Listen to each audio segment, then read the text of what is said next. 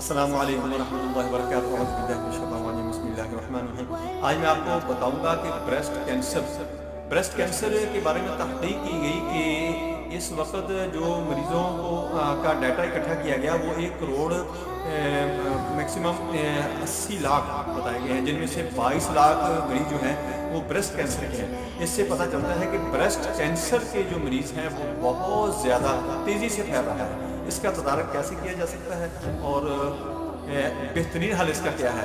اس کا without surgery یا chemotherapy یا ایسے جو بھی علاج ہیں بہت سخت ہیں، مریض کو بہت زیادہ ڈیمیج کر دیتے ہیں، ڈسٹرب کر دیتے ہیں، گھر والوں کو بھی، بجٹ کو بھی۔